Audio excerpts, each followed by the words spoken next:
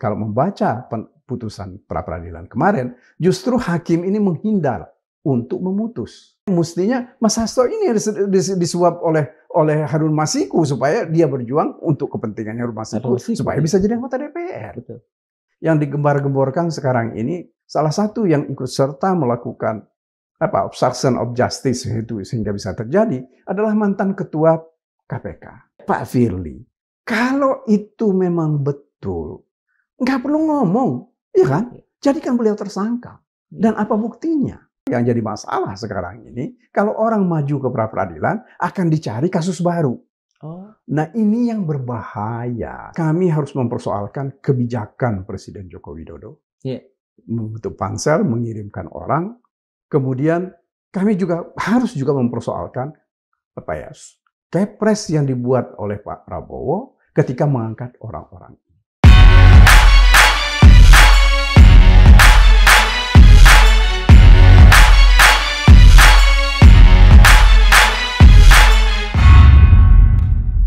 Bismillahirrahmanirrahim. Assalamualaikum warahmatullahi wabarakatuh. Sobat Madilog, beberapa waktu yang lalu, belum lama ini, Pengadilan Negeri Jakarta Selatan menyatakan tidak menerima gugatan pra-peradilan yang diajukan oleh mantan Sekretaris Jenderal PDIP, Pak Hasto Kristianto. Untuk itu, pada kesempatan ini kami mengundang Dr. Magdir Ismail SH LLM untuk berbicara kepada kita semua tentang duduk perkara ini. Kalau saya harus mengenalkan lagi beliau adalah seorang pengacara kondang yang pada saat muda adalah seorang aktivis mahasiswa. Beliau adalah Ketua Dewan Mahasiswa di Universitas Islam Indonesia di Yogyakarta. Kemudian yang harus kita ingat juga, beliau adalah seorang pengacara aktivis di Yayasan Lembaga Bantuan Hukum Indonesia dan pernah juga menjadi aktivis petisi 50. Bang Magdir, selamat datang. Terima kasih Darmawan sudah diundang. Ya, buat saya satu kehormatan diundang untuk mendengarkan apa yang kami pikirkan. Saya kira ini satu kesempatan kita mencoba melihat ke depan, ya, terutama berhubungan dengan penegakan hukum kita ini. Akan kita seperti apa sih? Betul. Apakah kita akan terbelenggu dengan rambu-rambu formalitas yang tidak jelas? Betul. Dasarnya, betul. Atau kita ini mau ke depan memikirkan hal yang lebih baik untuk kepentingan orang banyak dan untuk kepentingan keadilan dan lebih esensial, ya Bang. Yang lebih esensial. Ini sebelum kita mulai, Bang, ada satu hal yang dalam sedikit pengetahuan saya tentang batik. Bang ini menggunakan batik geringsing yang kalau saya tidak salah ya, tolong nanti dibetulkan kalau saya salah. Batik ini dipakai oleh orang-orang Jogja zaman dulu sebagai salah satu simbol tolak bala. Mengapa Bang memakai batik itu saat ini? Iya, sebenarnya ini bukan nggak direncanakan betul sih, tidak. Tetapi begini, kita juga ingin mengingatkan banyak orang ya bahwa persoalannya Mas Hasto ini, saya kira saya mesti koreksi dulu bahwa beliau itu belum jadi mantan sekjen. Beliau masih jadi sekjen sampai hari ini. Nah, kembali ke persoalan kenapa mesti pakai baju ini. Betul. Ini bukan untuk syirik ya. Betul. Tetapi ini lebih sebagai upaya kita ini punya budaya. Betul, ya. betul. Di Jogja itu ada budaya bagaimana orang menunjukkan kekhawatiran bahwa ada sesuatu yang tidak beres ya yang terkait dengan satu peristiwa. Ya. Kan masih bukan hal yang luar biasa. Betul. Kita mendengar ada guna-guna dan lain-lain, ada voodoo kalau di Afrika atau di Amerika Latin gitu loh. Ya, kira-kira kita sih kemarin itu bicara terutama ini lebih terinspirasi dari ketika Sultan Hamengkubuwono menerima Joko Widodo. Ex-presiden Joko Widodo. Juga? Beliau menggunakan batik geringsing ini. Sehingga sempat agak rame. Iya. Nah, jadi di dalam diskusi dengan teman-teman, saya sampaikan, mestinya kita pikirkan bahwa budaya kekhawatiran. Betul. Bahwa penegakan hukum kita ini tidak akan dilakukan untuk keadilan dan kebenaran, Betul. itu bisa saja terjadi. Betul. Hari ini Mas Hasto, Betul. besok atau lusa kita tidak tahu lagi siapa yang lain. Betul. Nah, jadi kira-kira seperti Oke. itulah. Jadi betul-betul ini lebih pada apa ya? Kami sebenarnya punya kekhawatiran yang sangat besar terhadap proses hukum yang digunakan untuk kepentingan politik. Oke. Ini perlawanan Oke, kami. betul Bang. Kita mulai aja nih Bang. Kemarin gugatan pra peradilan dari Pak Hasto kan tidak diterima Betul. oleh Pengadilan Negeri Jakarta Selatan. Ya. Saya membaca, saya juga memirsa bahwa salah satu anggota tim Abang, Pak Patra, mengatakan ada perbedaan antara tidak diterima dan ditolak. Betul. Barangkali buat kami yang awam hukum ini, boleh dijelaskan? Kalau tidak diterima itu lebih pada bersifatnya administratif. Ya. Jadi bukan substansial. Oke. Bukan material. Nah, kemarin dan ada satu hal lagi yang perlu dijelaskan. Kalau tidak dapat diterima itu permohonan pra peradilan itu bisa diulang. Oh, oke. Kalau ditolak itu tidak bisa diulang. Gitu. Berhenti sampai di situ. Nah, kenapa ini misalnya kita pikirkan untuk kembali mengajukan permohonan pra peradilan? Karena dalam putusan kemarin itu, ini yang sangat buat kami ya sungguh merupakan sesuatu yang harus disesali. Ya, karena di awal persidangan hakim meminta kita untuk melakukan perdebatan intelektual yang baik dalam menangani perkara ini. Ya, apa yang kami lakukan? Kami coba hadirkan saksi, kami hadirkan ahli yang menurut hemat kami memang seharusnya ini diperdebatkan betul secara baik. Betul. KPK juga menghadirkan ahli-ahli yang memang ingin memperdebatkan persoalan ini. Betul. Nah, kenapa? Kan yang selalu jadi perdebatan kita mengenai pra peradilan ini adalah mengenai bukti permulaan. Ya. Bukti permulaan ini untuk menetapkan seseorang menjadi tersangka. Jadi kalau Darmawan ditetapkan sebagai tersangka melakukan pencurian, misalnya, harus ada barang orang yang diambil tanpa tahu orang itu. Nah, ini bukti permulaan bahwa ada pencurian. Nah, terhadap Mas Hasto ini, beliau ini kan yang kita persoalkan apa bukti permulaannya dia disangka melakukan suap. Gitu loh. Ya, karena ini yang mesti ada tindakan. Betul. Meskipun kalau terkait dengan suap ini ada prasah lain, bukan hanya suap. Memberi hadiah, tetapi berjanji, memberi janji. Memberi hadiah atau janji. Nah, kalau alternatif ini, itu yang kami minta kan sebenarnya. Kalau memberi hadiah, mana bukti permulaan hadiahnya? Kalau ini memberi janji, apa bukti permulaan janjinya? Nah, ini terkait dengan hadiah atau janji itu. Kemudian yang kedua mengenai perbuatan yang sebenarnya ini yang pertama justru dipersangkakan kepada Mas Hasto. Ini adalah obstruction of justice. Nah, itu yang kita minta. Tolong buktikan dong. Kalau memang betul ada obstruction of justice, apa bukti permulaannya? Apa yang dia lakukan? Gitu loh. Ya. Apalagi menurut kami itu yang kami sampaikan di dalam permohonan itu, ini ada sesuatu yang kontradiktif. Ya. Mas Hasto ini sprindik pertamanya adalah mengenai perbuatan menghalang-halangi penyidikan. Yang juga penyidikan ini yang dihalang-halangi ini kan terkait Harun Masiku. Betul. Tetapi terkait dengan Harun Masiku ini juga Mas Hasto ini juga menjadi tersangkanya. Nah, kan menjadi tidak masuk di akal, dia disangka menghalangi penyidikan yang dimana di situ termasuk dirinya sendiri, gitu loh. Nah ini yang kita persoalkan betul di dalam permohonan pra peradilan itu. Karena begini, apa yang sebenarnya kita hendak sampaikan untuk pengetahuan masyarakat bahwa pra peradilan ini diajukan untuk membuktikan dari awal bahwa orang ini memang ada bukti-bukti yang masuk di akal Betul. Bukti-bukti yang relevan dengan pasal yang dipersangkakan, ya, yang memang ada, Iya, gitu loh, iya, bukan betul. pakai asumsi.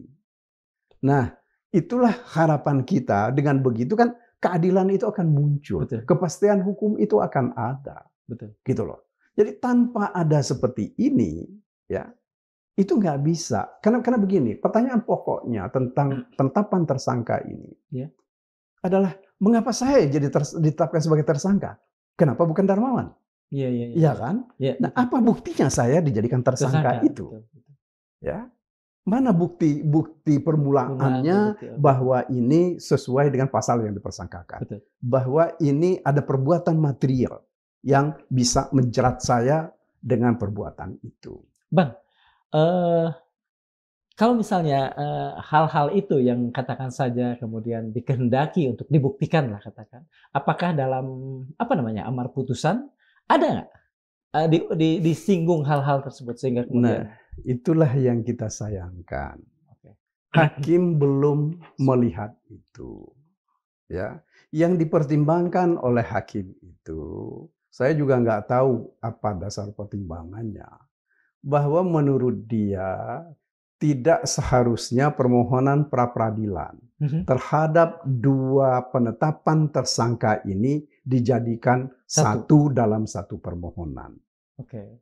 Tanpa ada argumen. Hanya itu argumennya. Oke. Ya. Iya, iya, iya, iya. Kan mestinya kan begini. Iya, iya, iya. Ya. Menurut hemat kami, kalau memang betul ada larangan, larangannya itu di mana? Betul. Ada penjelasan yang Ada cukup lah ya. penjelasannya, begitu loh. Kalau di dalam perkara pokok, perkara pidana, itu hal yang biasa. Misalnya orang disangka melakukan beberapa perbuatan, Iya. ya. Kemudian nanti dia didakwa dengan dalam satu dakwaan dengan beberapa perbuatan itu. Oke. Itu yang biasa teman-teman mengatakan itu termasuk bagian dari apa yang disebut sebagai konkursus, ya, atau juga biasa juga disebut sebagai apa kumulasi, ya, kumulasi objektif karena itu terkait dengan perbuatannya, Iya. dan kumulasi subjektif karena itu terkait dengan orangnya. Nah, kan seharusnya begitu. Itu kan pencerahan namanya. Iya. Itu kita pakai argumen. Betul. Karena begini, kami ini saya sendiri memulai pra-peradilan ini, penetapan tersangka ini tahun 2012. Iya. Ya. Ketika itu belum pernah terjadi bahwa penetapan tersangka itu diuji di pra-peradilan. Oke. Kami yang pertama mengujinya dan dikabulkan oleh hakim. Kenapa? Karena menurut hakim ketika itu, bukti permulaan untuk menetapkan seseorang ini menjadi tersangka belum ada, belum cukup. Betul. Gitu loh. Karena ketika itu perkaranya itu adalah perkara orang ditetapkan melanggar pasal 2 ayat 1 pasal 3, yaitu melakukan korupsi, merugikan keuangan negara. Betul. Nah, ketika kerugian keuangan negaranya itu tidak ada bukti permulaannya, yang nggak bisa orang ini disangka melakukan perbuatan yang merugikan keuangan negara, korupsi itu tadi. Nah, itulah asal muasalnya sehingga kemudian penetapan tersangka dinyatakan tidak sah. Bang, tapi sebentar. Silakan. Sebelum ini ada satu hal ya, ada satu presiden yang terjadi di Inggris tahun 1792 atau 94. Oke. Ya. Ini ada orang yang ada satu perusahaan Inggris yang melakukan kegiatan di India. EIC itu bukan, Bang? East Indian Company misalnya? Kalau saya nggak salah begitu ya. Nah, kemudian di situ orang ini setelah dia pulang dikatakan ini ada penggelembungan biaya, ada pemborosan. Nah, dia minta kepada pengadilan, tolong dong saya diberi buktinya, gitu loh. Nah, tetapi pengadilan menolak ketika itu karena katanya nggak ada aturan hukumnya. Nah, tapi kan ini berkembang terus-menerus sampai sekarang, ya. Saya kira di banyak negara, bahkan negara-negara Eropa pun sudah mencoba merumuskan sesuatu tentang bukti-bukti permulaan ini yang memang digunakan adalah untuk melindungi hak asasi manusia. Karena bagaimanapun juga begini, aparat penegak hukum itu kan mempunyai kewenangan untuk melakukan penahanan, merampas harta orang, dan seterusnya, dan seterusnya. Akan tetapi, agar supaya ini tidak dilakukan dengan semena-mena, maka lahirlah yang namanya hukum acara pidana. Betul. Gitu loh. Ya, ya, ya. Nah ini, jadi apa yang kembali ke persoalan putusan itu tadi, ini tidak ada aturan yang mengatakan bahwa tidak boleh kalian mengajukan permohonan pra peradilan dengan cara menggabungkan dua sprindik. Sebab kalau saya selalu begini, Rahmawan berpikir ya, betul. Buat saya, kalau mau membebaskan orang, hukum itu bisa diciptakan, bisa dilahirkan, ya, bisa pakai kias, ya. Tetapi kalau bahkan kias kalau tidak salah salah satu dari 4 hukum Islam kan? Iya, dalam hukum Islam, tetapi hukum pidana tidak. Oh, okay. Nah, akan tetapi kalau untuk menghukum orang, itu tidak boleh kias itu. Gitu loh, ya. Saya berprinsip seperti itu. Tapi kalau untuk membebaskan orang, kenapa enggak? Kita harus carikan argumen, kita harus carikan alasan bahwa orang ini tidak layak untuk dipidana. Gitu loh. Jadi tersangkakan itu tadi. Nah, itulah kira-kira gambaran dasar pemikiran awal. Bang, kalau misalnya ini kan PN Jakarta Selatan menyatakan tidak diterima, dan itu kalau interpretasi saya adalah berkaitan dengan administrasi tadi. Sehingga kemudian Abang dan kawan-kawan akan mengajukan permohonan pra peradilan kedua. Apakah ketika itu diajukan proses hukum Bang Hasto juga berhenti atau bisa dilanjutkan? Nah, ini kalau proses hukum itu kan tergantung dengan pihak KPK, tergantung dengan penyidik. Tetapi saya kira satu fatsun yang paling bagus itu adalah kalau sudah ada kejelasan penetapan tersangka ini sah atau tidak sah. Baru jalan. Baru jalan. Mestinya begitu. Fatsun itu yang mestinya kita pegang teguh. Nah, kami sendiri sudah coba berdiskusi, ya mendengar pembacaan putusan kemarin, kita lagi mau coba supaya kita akan datang kembali ke pengadilan dengan memisahkan perkara. Yang satu itu? Yang dua perkara ini menjadi dua permohonan. Meskipun terus terang saya juga nggak tahu, nanti jangan-jangan nanti hakim juga yang lain akan mengatakan bahwa prinsip dasar penyelesaian perkara kita ini dalam hukum pidana, menurut hukum acara pidana, harus diselesaikan dengan cara yang cepat dan mudah, biaya ringan. Nah, artinya kan bisa saja itu, ya, nanti akan dilakukan. Pertanyaan pokok yang akan mereka ajukan, kenapa sih kok nggak kalian jadikan satu? Nah, ini kan kayak jadi telur dengan ayam gitu loh. Betul. Karena memang tidak ada aturannya. Begini, kalau saya boleh tanya, apakah mohon maaf nih, keputusan hakim kemarin itu berkenaan dengan misalnya ada suasana kejiwaan atau apapun namanya yang melingkup negara ini, sehingga kemudian yang muncul adalah upaya tidak menerima itu? Saya enggak. Ya, kalau pembicaraan orang di belakang layar kan banyak sekali. Betul. Bahwa ya ini ada sesuatu yang belum selesai. Tapi mestinya untuk kita ini kan bicara tentang hukum. Kita ini bukan bicara politik. Iya, betul. Gitu loh ya. Kalau kita bicara hukum ya hukum. Betul. Gitu loh. Ada hukumnya atau tidak? Iya. Betul. Nah, bahwa terhadap hukum ini ada penyelesaian politik, ya, itu soal lain. Tetapi yang kita nggak mau bahwa hukum ini digunakan untuk kepentingan politik. Betul. Ya. Jadi saya kira begini, kalau menurut saya sih tidak sepatutnya seperti itu. Jadi bahwa misalnya belum ada penyelesaian politik dalam kasusnya Mas Hasto ini kan bisa diselesaikan dengan cara yang lain. Iya kan? Betul. Tidak perlu menyandra partai ini. Ya, apalagi kan PDIP kan sudah mau kongres gitu loh ya. Betul. Dan yang disandra ini kan bukan secara administratif, semua orang di partai ini kan disandra. Ya, meskipun secara aturan yang disandra kan cuma Mas Hasto. Tetapi bayangkan atau tidak bahwa Mas Hasto ini kan memegang kalau bukan kita sebut memegang kendali ya, tetapi dialah tumpuan dan pusat dari kegiatan administrasi partai ini. Ya. Betul. Kalau dia tidak ada, ini kan bisa kelimpungan. Betul. Bisa terganggu. Nah, apakah gunanya penetapan tersangkanya Mas Hasto ini adalah dalam kerangka itu, Mhm. ya mestinya janganlah dilakukan seperti itu. Ya, Betul. sebab bagaimanapun juga ini partai kan bukan partai keluarga Betul, gitu loh betul, ya. betul. Ini Betul, adalah partai yang didirikan udah betul. sekian puluh tahun, bahkan kalau PNI kan sejak tahun 20 sekianan ya 25, 26 iya. gitu loh ya. Dan seterusnya. Nah, jadi kalau saya ya, mari kita melihat persoalan hukum ini jangan apa ya, dilakukan campur tangan politik Politik. terlalu besar Oke, gitu loh. oke. Sebab ya memang apa ya, politik itu bisa jalan kalau dipelihara dengan hukum, Oke. ya. Akan bagus, ya. Kegiatan politik yang diawasi oleh hukum itu akan baik. Betul. Tetapi hukum yang dikendalikan oleh Oleh politik politik, ini yang rusak, iya, iya. ya. Iya, Nah, itu yang kita tidak mau, gitu loh. Sebagai orang yang sadar iya.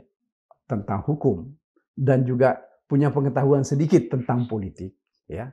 Seharusnya kita tidak gunakan politik itu menyandra orang dengan aturan-aturan hukum. Bang, kalau boleh saya tahu ya, bukan saya, kalau boleh kami dan pemirsa tahu, bagaimana reaksi Mas Hasto kemarin? Apakah, kemudian barangkali ada pembicaraan untuk yang dulu kan sempat terbuka tuh, untuk mengeluarkan atau membuka apa isi dokumen yang disimpan di Rusia misalnya, Bang? Ada? Belum sampai ke situ pembicaraan kita. Kami masih berfokus pada apa yang hendak kita lakukan di dalam menghadapi sesudah putusan pra peradilan ini. Betul. Konsentrasi kami adalah mencoba melakukan tindakan-tindakan yang menurut hukum itu diperbolehkan.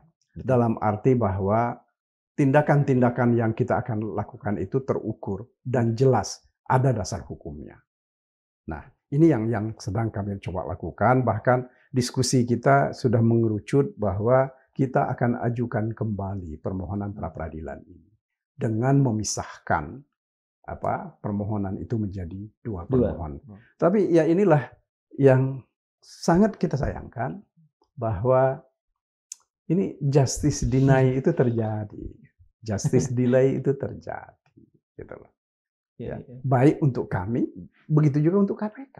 Iya, betul. Iya kan? Betul. Nah, ini yang justice delay ini ya mestinya janganlah. Iya. Karena bagaimanapun juga kita banyak orang mempunyai kepentingan terhadap proses hukumnya Mas Hasto ini. Iya. Karena dia bukan melakukan kegiatan sebagai pribadi Hasto. Iya. Tetapi dia terkait dengan yang disangkakan ini, dia dulu menjalankan fungsi sebagai sekjen partai, yaitu bersurat kepada Mahkamah Agung, meminta fatwa kepada Mahkamah Agung, kemudian ketika fatwa itu disampaikan kepada KPU nggak setuju, itu dipersoalkan bahwa ada ekses. Ini kan tentu kan bukan seperti orang seperti Mas Hasto menghendaki ekses seperti itu. Gitu. Seperti kita bicarakan beberapa waktu yang lalu, Mas Hasto itu nggak punya kepentingan untuk menyuap Wahyu supaya Harun Masiku jadi anggota DPR. Kalau kita sih ngeledekinya, mestinya Mas Hasto ini disuap oleh Harun Masiku supaya dia berjuang untuk kepentingannya Harun Masiku supaya bisa jadi anggota DPR. Betul. Bang, langkah hukum yang tadi akan dilakukan kan mengajukan kembali pra peradilan. Ya. Apakah Abang kan di pertemuan yang lalu mengatakan ada juga langkah lain berupa judicial review ke MK itu? Apakah akan berjalan? Ini yang masih belum diputuskan ya, karena terus terang itu tadi sekali lagi saya ini kita termasuk orang yang tidak ingin memperkeruh suasana. Apalagi kan ini lebih banyak kalau analisisnya orang-orang karena belum ada penyelesaian politik di balik layar. Nah, sebab kalau kita persoalkan mengenai keberadaan pimpinan KPK ini ada dua hal. Pertama, kami harus mempersoalkan kebijakan Presiden Joko Widodo. Membentuk pansel, mengirimkan orang. Kemudian kami juga harus mempersoalkan Kepres yang dibuat oleh Pak Prabowo ketika mengangkat orang-orang. Oke. Nah, apalagi kalau misalnya ya di bawah sih, tataran bawah sih, Iya. banyak sekali geram itu luar biasa. Iya, iya. Kegeraman itu luar biasa gitu loh. Nah, kalau kami sebenarnya kemarin itu berpikir bahwa kalau pra-peradilan ini diterima, seperti saya sampaikan tadi, Iya. kegaduhan itu kan berhenti Iya, gitu iya, loh. iya, iya, Itu betul. yang ya Iya, iya, artinya iya, betul. jalan hukum yang kita ambil, jalan pedang yang Iya, kita iya, iya. ambil ini adalah menyelesaikan persoalan secara damai dan secara terhormat. Tidak ada yang disakiti dengan putusan pra-peradilan itu, gitu loh. Nah, tetapi yang saya lihat dari kalau membaca putusan pra-peradilan kemarin, justru hakim ini menghindar untuk memutus, Oke. ya. Iya, iya, iya, iya. Karena dia mengatakan bahwa ini tidak memenuhi syarat formil. Iya, iya, Kalau iya. kita bicara tentang syarat formil, kan mesti dasarnya ada. Iya, iya, iya. Apa undang-undangnya, apa ada peraturannya yang tidak membolehkan Yang seperti tadi itu. Abang katakan sama sekali tidak ada Enggak, alasan apapun ya. enggak ada alasan apapun. Oke. Nah, ini justru ya putusan ini yang akan menjerumuskan kita semua dalam pertengkaran yang akan berkepanjangan. Bang, kalau misalnya gugatan pra-peradilan kedua itu dilayangkan, Ya, hakimnya akan berganti?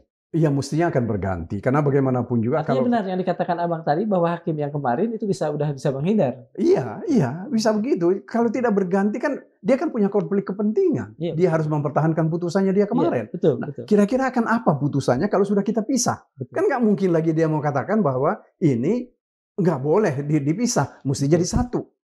Iya kan? Kan nggak bisa begitu. Iya. Pilihannya adalah permohonan kami diterima atau permohonan kami ditolak. Betul. Kalau diterima apa alasannya, kalau ditolak alasannya apa, begitu loh.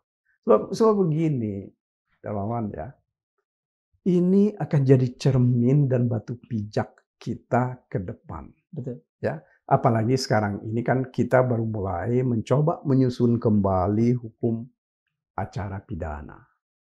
Nah, ini kan mesti diatur ke depan. Kalau kita bicara, mestinya dengan proseding yang terjadi, dengan putusan-putusan peradilan seperti ini terjadi, ini bisa jadi panduan kita, ya, untuk melihat seharusnya seperti apa sih hukum acara pidana kita yang akan datang.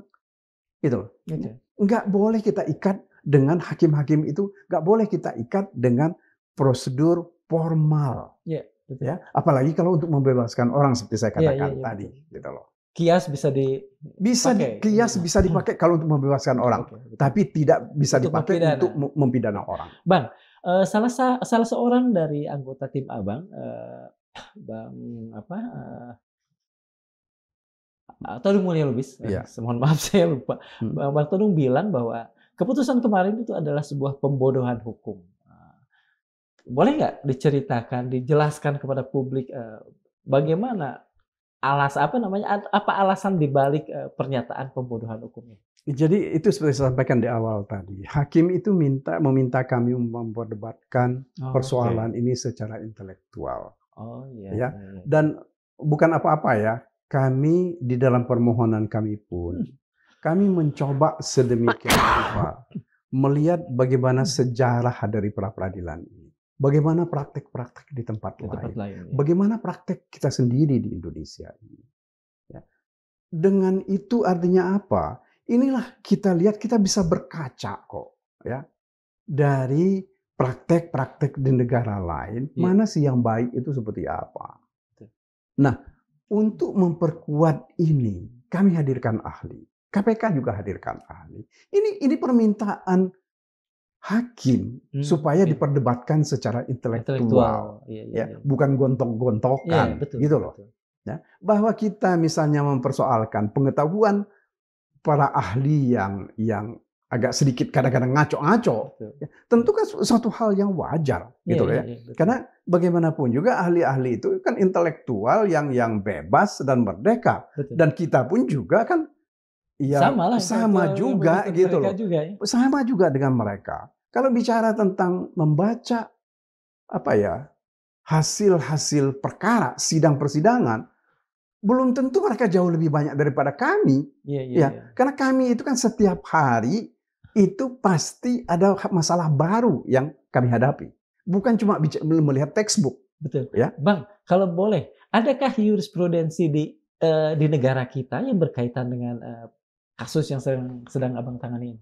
belum ada. Belum ada. Oke. Itu belum pernah ada karena selama ini memang belum nggak ada aturannya. Iya, iya, iya. Nah, makanya itu yang saya katakan tadi, kalau yang dulu hakim mengabulkan permohonan kami 2012 itu. 2012 itu kan membebaskan orang. Iya, iya. Orang ini tidak layak dijadikan tersangka karena bukti permulaan belum cukup. Iya, iya. Belum ada kerugian keuangan negaranya, belum ada penghitungan kerugian keuangan negaranya. Iya, iya. Sementara unsur pokok dari pasal itu adalah kerugian keuangan negara. Menguntungkan diri sendiri atau orang lain tanpa ada kerugian keuangan negara, itu nggak bisa karena pasal 2 ayat 1 atau pasal 3 gitu loh. Harus ada kerugian keuangan negara. Gitu loh. Oke. Bang, kalau nanti pada saat pra peradilan kedua dan Abang akan memisahkan dua berkas ini, kira-kira pada berkas yang bersangkutan dengan obstruction of justice apa yang akan Abang Ya lebih kemukakan? karena ini kan sifat daripada permohonan pra peradilan ini lebih sifat pada formalitas Oke. penetapan tersangka sah atau tidak. Iya. Nah, penetapan tersangka sah atau tidak ini kan tentu saja tergantung dengan bukti permulaannya. Iya. Nah, ini ada satu cerita yang saya kira yang agak sebenarnya nggak enak buat kami. Ya. Iya. Jadi di dalam jawabannya KPK kemarin itu salah satu di antaranya dikatakan bahwa obstruction of justice ini mulai terjadi di PT IKA pada Januari 2020 itu. Ya. Itu menurut mereka. Mereka dihalang-halangi oleh yang disebut ada polisi yang menghalang-halangi. Okay. Nah, tetapi setelah kita konfirmasi dengan beberapa orang, termasuk yang bersangkutan disebut menghalang-halangi itu, dia menemukan orang ini ketemu ada orang di dalam mobil di lingkungan PT IKA. Yeah. Dalam keadaan mobil hidup, ya. Di situ isi mobil itu ketika diketok dilihat ada perempuan dan ada laki-laki. Oke. Nah, orang ini kan pasti curiga, ini ngapain Iya, ini betul, orang betul. berdua gitu loh ya kan. Nah, lantas ditanya, kalian mau ngapain di sini? Kenapa kok begini? Nah, dijawab oleh mereka, kami ini IO. Padahal kan gak ada kegiatan apa-apa dari situ. Nah, lantas kemudian kata si kawan ini disampaikan kepada propos.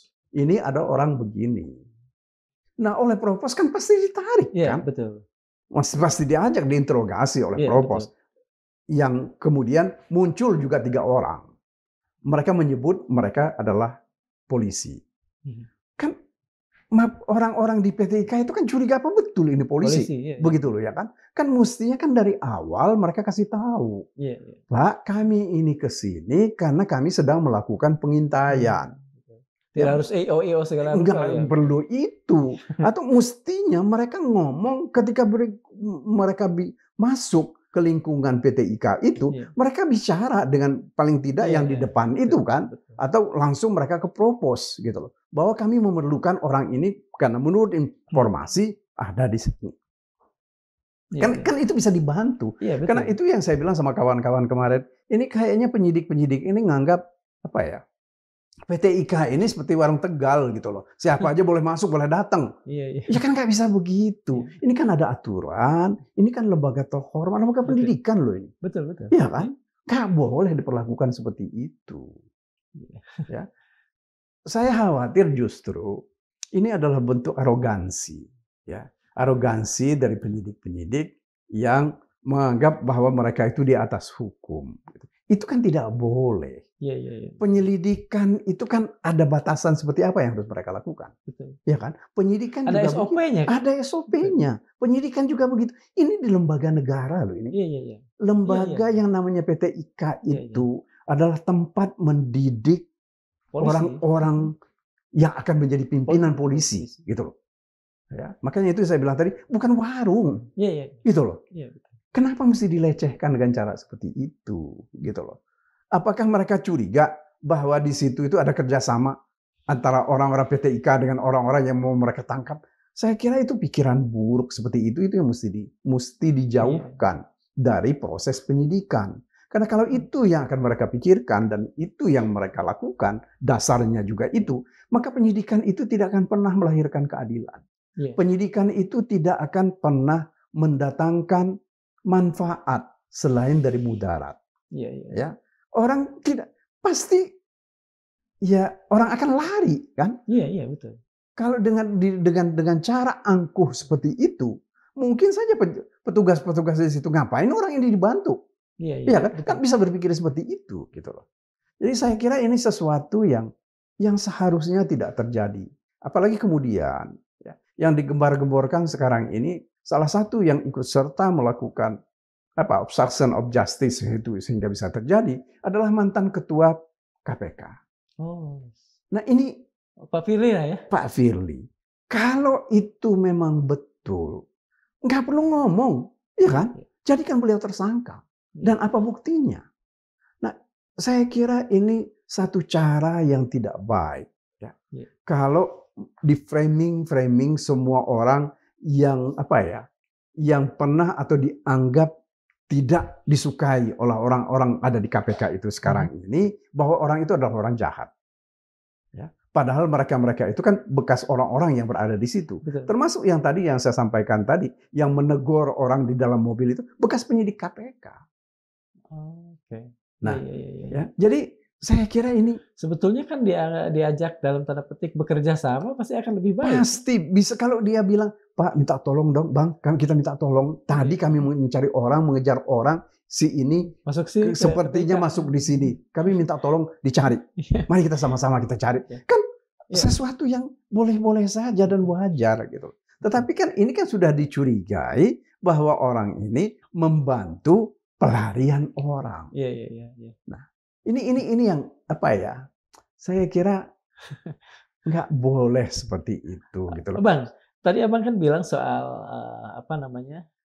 tidak eloknya kita untuk mencampurkan hukum dengan politik. Kira-kira begitulah kalau saya bahasakan. Tapi saya ingin bertanya soal justru politik.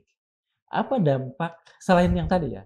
Apa dampak kasus ini terhadap PDI Perjuangan, dan apakah itu juga akan cukup mempengaruhi, kan begini ya, kalau dalam dalam benak masyarakat saat ini PDI Perjuangan sedang dicoba untuk suka atau tidak, demokratis atau tidak gitu, dicoba untuk ikut bergabung dalam aliansi kekuasaan katakan. Apakah ada misalnya tendensi bahwa urusan hukum ini juga ada hubungannya dengan itu, tarik menarik itu? Saya nggak tahu persis ya, tetapi begini, checks and balances di dalam demokrasi itu kan kita perlukan. Iya. Gitu loh. Siapa yang mau ngecek kalau semua bergabung dalam satu pot ini? Nah, kan Bu Mega berkali-kali mengatakan bahwa kami bukan oposisi, kami tidak bergabung. Tetapi kami akan mencermati kegiatan dari pemerintah. Kan ini kan mestinya itu yang diambil. Karena bagaimanapun juga ya. Dan harusnya disyukuri. Harusnya disyukuri begitu loh. Karena begini, kan kita nggak mengenal oposisi dan pemegang kekuasaan. Iya, betul. Ya, kita memegang teguh bahwa negara ini harus dibangun secara bersama-sama. Ya kan begitu. Iya. Nah, membangun negara secara bersama-sama ini, kalau satu kelompok atau satu pihak berfokus pada pembangunan, kan yang harus ada yang mengecek, memperhatikan itu benar apa tidak sih ini. Betul. Gitu loh. Iya. Nah, itu kan yang kita harapkan sebenarnya. Dan PDI Perjuangan siap melakukan itu. Bayangkan kalau monolitik. Iya, betul. Ya. Semuanya mengiyakan apa yang dilakukan oleh presiden. 10 tahun yang lalu sudah terjadi itu. Dan gitu. kita tahu hasilnya. Kita tahu hasilnya. Iya. Gitu loh. Apa yang terjadi sekarang? Nah, ini menurut hemat saya, itu yang seharusnya kita syukuri. Masih ada orang yang mau memperhatikan kepentingan orang banyak dan kehidupan orang banyak tanpa harus masuk ke dalam kekuasaan. Mengapa misalnya soal check and balances ini yang merupakan salah satu katakan mungkin sendi dari demokrasi, kok seolah-olah ingin ditiadakan, ingin dihilangkan? Ya ini kan budaya kita budaya guyup itu ya, yang semuanya lakukan sama-sama, kita rasakan hasilnya sama-sama, baik dan buruk itu nanti kita nikmati secara bersama. Tapi kalau misalnya ya itu semua terkontrol, Iya. ya mungkin nggak ada masalah. Tetapi kalau di situ ada persekongkolan, Iya, betul. ya Iya. apa yang akan terjadi? Korbannya rakyat. Korbannya rakyat, Betul. gitu loh. Sementara pimpinan-pimpinan berbuat untuk kepentingan rakyat, kan bukan mereka kan berbuat untuk menindas rakyat, Iya, kan, betul. mensengsarakan rakyat. Nah, ini menurut hemat saya checks and balances itu di situ pentingnya, Oke. ya. Karena beginilah, kalau orang lagi nyetir mobil, kalau mau belok kan dia pakai sen, Iya, betul. ya kan? Kecuali bajai. Kecuali bajai, ya. Kalau sennya ke kiri, dia belok kanan, kan pasti akan disemprit, Betul. ya. Akan dikatakan oleh polisi, Anda tidak boleh belok seperti itu. Senmu ke kiri, Belok kamu kanan. belok kanan. Nah, ini fungsi menurut hemat saya, Iya. fungsi dari apa ya, yang tidak masuk ke dalam pemerintahan itu adalah seperti itu. Betul. Nah, memang cukup banyak intelektual ya yang bisa mengingatkan pemerintah. Tetapi jangan lupa, gerakan-gerakan intelektual kita ini tidak pernah diperhatikan oleh pemerintah yang berkuasa. Begitu. Jadi diambilnya ketika sudah terdesak begitu ya? Iya. Oke. Nah, coba saja begini ya. Salah satu kalau kita mau lihat ya, menjelang di dalam persidangan-persidangan di Mahkamah Konstitusi Iya. setelah Pilpres, begitu banyak intelektual kita mengajukan amicus curiae. Ya. Apa tuh, Bang? Amicus curiae itu pendapat atau teman pengadilan. Oh, ya. Orang-orang mengingatkan Mahkamah Konstitusi, ada yang salah loh di dalam proses pemilu ini kemarin. Yeah. Gitu loh. Ya, mereka tunjukkan segala macam kesalahan. Yeah. Nah, tetapi kan suara kampus ini kan tidak didengar, gitu loh. Suara kampus itu baru akan didengar kalau orang kampus demo dan demo besar-besaran. Nah, kan nggak perlu kita lakukan itu, gitu loh. Cukuplah sudah demo-demo yang besar-besaran seperti dulu. Tapi mari kita dengarkan juga suara kampus, suaranya orang-orang yang tidak masuk di dalam pemerintahan. Saya kira kalau orang tidak masuk dalam pemerintahan dan suara kampus ini didengarkan, saya yakin kehidupan demokrasi kita ini akan berkembang dengan baik. Apakah tidak ada ini, Bang? Tidak ada, katakan saja, kekurang jelasan dari suara PDIP ketika disampaikan bahwa bahwa PDIP ingin berada di luar, bukan tadi dikatakan bukan sebagai oposisi, tapi sebagai unsur untuk melakukan check and balances. Tidak sekedar itu, tapi diterangkan sehingga kemudian pihak sana menjadi lebih jelas. Saya kira pembicaraan tentang itu kan sudah cukup jelas gitu loh ya. Pesan-pesan itu kan bisa disampaikan melalui teman-teman di DPR kan. Di DPR itu kan ada Mbak Puan, ada Dasko, ya kan, yang mereka kan berbeda partai. Betul. Dan mereka jadi pimpinan di situ. Mestinya suara itu kan bisa disampaikan. Betul. Gitu loh. Nah, hanya saja ini yang kita tidak tahu, seperti kita bicarakan minggu lalu, bahwa perkaranya Mas Hasto ini kan pemicunya adalah penghentian Presiden Joko Widodo, mantan Presiden Joko Widodo, kemudian Wapres dan Gubernur Sumatera Utara sebagai anggota PDIP. Setelah 3 hari dari itu, mereka Mas Hasto dijadikan sebagai tersangka. Kronologi itu kemarin Abang ungkapkan ya? Iya, di pertemuan saya sampaikan minggu yang lalu. Nah, ini yang mesti kita lihat gitu. Jadi ini kan tidak berdiri sendiri. Inilah yang kemudian menjadikan urusan ini kental dengan aroma politik tadi ya. Betul. Nah, itu yang kita tidak mau sebenarnya ya. Betul. Mestinya presiden yang sudah selesai masa jabatannya itu ya nikmatilah hidupnya. Kemudian membuat perhatian yang serius terhadap pembangunan. Ya kan? Betul. Karena beliau sudah gagal selama ini, mesti beliau ikut mikirin bagaimana mengurangi kegagalan-kegagalan itu. Mengembalikan pada track yang benar. Pada track yang benar, hukum itu harus ditegakkan seperti apa, pengawal kemudian juga lembaga-lembaga politik ini harus dijalankan seperti apa, aparat penegak hukum itu harus menjalankan fungsinya seperti apa. Nah, yang kita nggak mau ini sekarang ini adalah aparat penegak hukum ini digunakan untuk menghancurkan lawan politik atau orang-orang yang tidak disukai karena urusan politik. Betul. Boleh saya tanya, mungkin lewat Mas Hasto, Bang Magdir bisa tahu bagaimana reaksi Ibu Mega setelah keputusan kemarin? Saya belum tahu, kita belum tahu. Beliau kan lagi umroh. Oke. Jadi ya saya juga nggak berani untuk bertanya kepada Mas Hasto karena Ibu Mega lagi melaksanakan ibadah. Betul. Gitu ya. Tidak mengganggu lah ya. Tidak mengganggu, ya biarkanlah beliau beribadah secara baik, karena bagaimanapun juga ini kan ya urusan kita dengan Tuhan dan urusan dengan manusia sama manusia ini juga kan mesti berimbang kan. Betul. Gitu loh. Karena kesempatan sekarang beliau sedang beribadah, ya beliau beri kesempatan beliau beribadah secara baik. Sesudah itu selesai baru nanti kita bicarakan urusan ini. Karena urusan pra-peradilan ini kan bukan urusan besar gitu loh ya. Iya. Kalau mau diselesaikan secara baik. Betul. Gitu loh. Iya. Besar karena memang kalau mau diperbesar, kalau mau diperbesar ya, karena misalnya ada niat-niat tersembunyi, nah itu lain ceritanya. Oke. Gitu. Bang, kalau saya mengatakan dalam inilah ya, dalam pewayangan itu kan ada Adipati Karna punya senjata konta.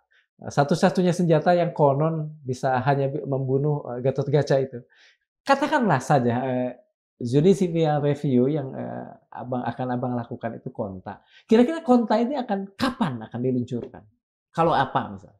Iya, mestinya dalam waktu dekat gitu loh ya. Karena saya itu tadi, saya ini mau mencoba kita ini tidak ingin membuat keramaian-keramaian yang tidak perlu. Betul. Gitu loh. Karena bagaimanapun juga ini pasti akan menimbulkan perdebatan ya. Betul. Soal keabsahan pimpinan KPK. Betul. Dan soal cara-cara ya di dalam melakukan kegiatan sebagai negarawan. Betul. Karena ini kan ada fatsun kan, yang dilanggar etika di dalam bernegara. Nah kita kan nggak mau juga gitu loh ya, bahwa mantan presiden kita yang sudah dicap melakukan segala macam perbuatan buruk, sekarang kita juga mesti katakan melanggar etika untuk kepentingan dirinya sendiri. Sudah cukup lah mestinya. Dan terus cawe-cawe. Dan terus cawe-cawe. Nah, apakah itu yang harus kita persoalkan terus? Gitu loh ya. Saya khawatir orang akan lelah, ujung-ujungnya orang-orang intelektual kita, orang-orang kita yang berpikir dan orang-orang yang mau berusaha secara baik, satu-satu check out, pergi. Kenapa? Karena brain drain sudah terjadi ya Bang? Ya makanya justru karena itu. Kalau mereka menganggap bahwa hidup di sini ini sudah masa depannya tidak jelas. Iya. Ya kan? Padahal kan bukan itu kan. Kita membangun negara ini kan semuanya kita ingin jelas. Hak dan kewajiban jelas. Betul. Ya kan? Nah kalau itu yang terjadi, ya, saya nggak kebayang apa yang akan dialami oleh generasi yang akan datang. Kalau orang-orang pintar semua pergi. Kalau semua orang punya uang pergi, apa yang tinggal di sini? Saya nggak kebayang apa yang tinggal. Selain daripada orang-orang, kita hanya bertengkar sesama orang bodoh, ya. Kita bertengkar sesama orang nggak punya. Orang lapar bertengkar. Nah kalau orang lapar bertengkar, carok kan? Nah itu yang berbahaya, gitu loh. Bang, kalau penilaian Abang terhadap katakan saja lembaga-lembaga penegakan hukum, dalam hal ini pengadilan lah ya karena sudah sampai di sana, tentang integritas mereka dalam persoalan ini bagaimana? Iya, ini yang sulit mengukurnya ya, karena begini, etika hakim dan etika pengacara itu berbeda. Ya, mestinya kami ini seluruh aparat penegak hukum ini kode itu mestinya satu, sehingga kita bisa punya standar yang sama Sama, iya, iya, di iya. dalam memberikan, dan akibatnya juga penilaian juga seperti itu. Iya. Nah, kembali ke urusan kita ini mengenai hakim yang tidak berani dalam tanda kutip menyampaikan kebenaran, ya. Ada kesan tadi Abang mengatakan cari Cari aman. aman ya. Betul, betul. Nah, ini kan yang akan memperburuk situasi penegakan hukum. Oke. Kepastian hukum tidak akan terjadi dengan cara seperti ini. Bahwa putusan itu salah misalnya karena mengabulkan permohonan Mas Hasto. Ini kan sejarah yang akan mencatatnya. Oke, betul, Ya kan? betul, betul. Sejarah mencatat bahwa ada hakim melindungi hak asasi orang yang ditetapkan sebagai tersangka tanpa bukti permulaan yang nggak cukup. Iya. Tetapi yang terjadi sekarang ada hakim yang memutus perkara karena ragu-ragu atau karena takut atau karena diintimidasi mengatakan ini urusan administrasi. Padahal itu tidak ada dasarnya. Iya. Ya kan? Nah, karena juga tidak mengajukan alasan. Tidak memberikan alasan. Nah, kalau penegakan hukum kita seperti ini yang kita perpanjang dan kita teruskan, ya, negara hukum macam apa yang kita kehendaki? Oke. Gitu. Nah, itu kan pertanyaannya gitu loh. Jadi menurut hemat saya mestinya hakim-hakim itu berani mengambil keputusan yang berpihak kepada kepentingan masyarakat ke depan, kepentingan orang banyak ke depan. Itu yang kita perlukan. Misalnya kayak saya mau kasih contoh itu tadi soal pra peradilan. Penetapan tersangka itu sampai tahun 2012 itu belum pernah terjadi. Tapi ada hakim yang berani mengatakan bahwa penetapan tersangka ini tidak sah. Masih ingat hakimnya apa? Hakimnya saya kok agak lupa nama beliau. Tetapi saya masih beberapa tahun yang lalu saya mestinya masih punya catatan saya di ini. Sudah pensiun barangkali. Saya khawatir beliau itu sudah pensiun gitu loh. Ya. Saya sekarang saya lupa namanya. Tetapi beliau memutuskan bahwa ini penetapan tersangka ini tidak sah karena bukti permulaannya tidak cukup. Itu. Abang punya harapan atau mungkin saya tidak pada tempatnya untuk nanya optimistis atau tidak tentang hakim-hakim yang punya integritas, kemudian mereka juga berani untuk menyatakan apa yang mereka yakini berdasarkan pendidikan mereka. Saya kira hakim seperti itu masih ada, gitu ya. Cuma belum muncul, gitu loh. Kan kebanyakan lebih banyak sekarang ini hakim-hakim itu terkonsentrasi dengan pekerjaan teknis. Ya. Perkara di negeri ini terlalu banyak. Gitu loh. Ya. Yang tidak membuat orang berpikir memeriksa perkara itu secara baik dan secara layak. Bayangkan kalau putusan-putusan Mahkamah Agung hanya 2 paragraf atau 3 paragraf. Apa yang kita bisa harapkan? Kan mestinya kan hanya mengetok palu katakan sebegitu. Ya, hampir seperti itu. Kan mestinya kan begini dalam pikiran kami gitu loh ya. Misalnya pembelaan terdakwa ditolak. Apa alasannya? Gitu loh. Ya. Karena misalnya menurut dia yang terbukti adalah ini. Ini bukti-buktinya, ini bukti pendukungnya. Sehingga kesimpulan terdakwa itu tadi atau kesimpulan dari penasehat hukumnya itu tidak sesuai dengan bukti-bukti ini. Kan mestinya kan begitu. Jadi per item begitu loh ditanggapi seperti itu. Bukan hanya ya seperti ini. Seperti putusan pra peradilan kemarin itu kan cuma 1 paragraf dia untuk menolak itu karena ini tidak sesuai dengan syarat formal, makanya tidak diterima. Syarat formalnya mana? Keinginan ini mewah nggak menurut Abang? Dengan sekian banyak pekerjaan hakim dan sebagainya? Sebenarnya nggak berlebihan kalau dia membuat putusan itu dengan argumen. Bukan sesuatu yang mewah dengan argumen itu. Karena argumen ini kalau dia bikin argumen yang baik, ini akan jadi panutan orang.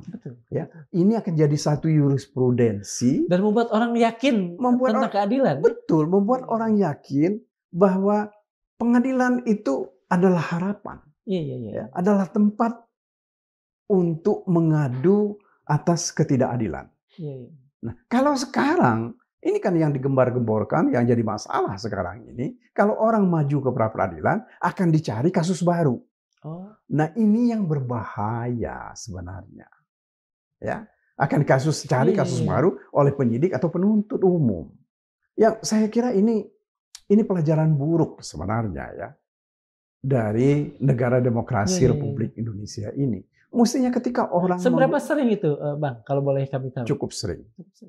Ya, meskipun ya tidak semuanya dengan lugas gitu loh ya, tapi ada waktunya yang nyindir-nyindir bahwa ya masih ada perkara baru loh. Jadi sengaja dicari gitu ya, Bang? Sengaja Oke. dicari gitu loh. Nah, ini yang saya kira ya, kalau kita bicara tentang negara hukum, ya nggak layak Iya, mereka iya. lakukan Betul, seperti betul. itu. Ya, bagaimanapun juga, ya Kesannya nanti kriminalisasi lah atau apapun dah namanya. betul. Nah, itulah yang harusnya dihindari gitu loh ya. Makanya itu saya sampaikan tadi, kita nggak mau bahwa hukum ini digunakan untuk mengokohkan kepentingan politik atau menjaga kepentingan politik. Tetapi hukum ini harus digunakan untuk mencari keadilan demi kebenaran. Terima kasih sekali, Bang. Sobat Madilog, seperti sabda Nabi Muhammad SAW, jika amanah disia-siakan, tunggulah kehancuran. Maka di ruang sidang Pengadilan Negeri Jakarta Selatan, keadilan ditakar dalam bingkai prosedur. Hakim Juyamto menolak gugatan pra-peradilan Hasto Kristianto, menilainya kabur, seperti menabur benih di tanah berbatu. Kuasa hukum Hasto, Bang Magdir Ismail, menggugat dengan dua alasan, suap dan perintangan penyidikan, tapi pengadilan menuntut keduanya dipisahkan. Hukum dalam tafsir sang hakim adalah arsitektur yang harus berdiri tanpa simpang siur. Walau dalam sejarah, hukum seringkali hanya aturan permainan bagi yang lebih berkuasa. Tetapi, kata Voltaire, ia yang berani mengatakan bahwa segala sesuatu baik adanya, pasti orang gila. Bagi Magdir, putusan ini adalah pembodohan hukum tak lebih dari sebuah pisau tumpul yang dipakai untuk membelah keadilan. Sementara KPK berdiri tegak di balik tameng legitimasi, pertanyaan besar bergema, apakah keadilan benar-benar ditegakkan atau sekadar dipertontonkan? Sebab di negeri ini, sejarah mencatat tak sedikit keputusan hukum yang lebih menyerupai lakon teater. Panggungnya begah, para pemainnya fasih, tetapi penonton tahu kebenaran seringkali bukan pemeran utama. Wassalamualaikum warahmatullahi wabarakatuh. Terima kasih atas kehadiran Bang Magdir. Terima kasih. Assalamualaikum. Waalaikumsalam warahmatullahi wabarakatuh.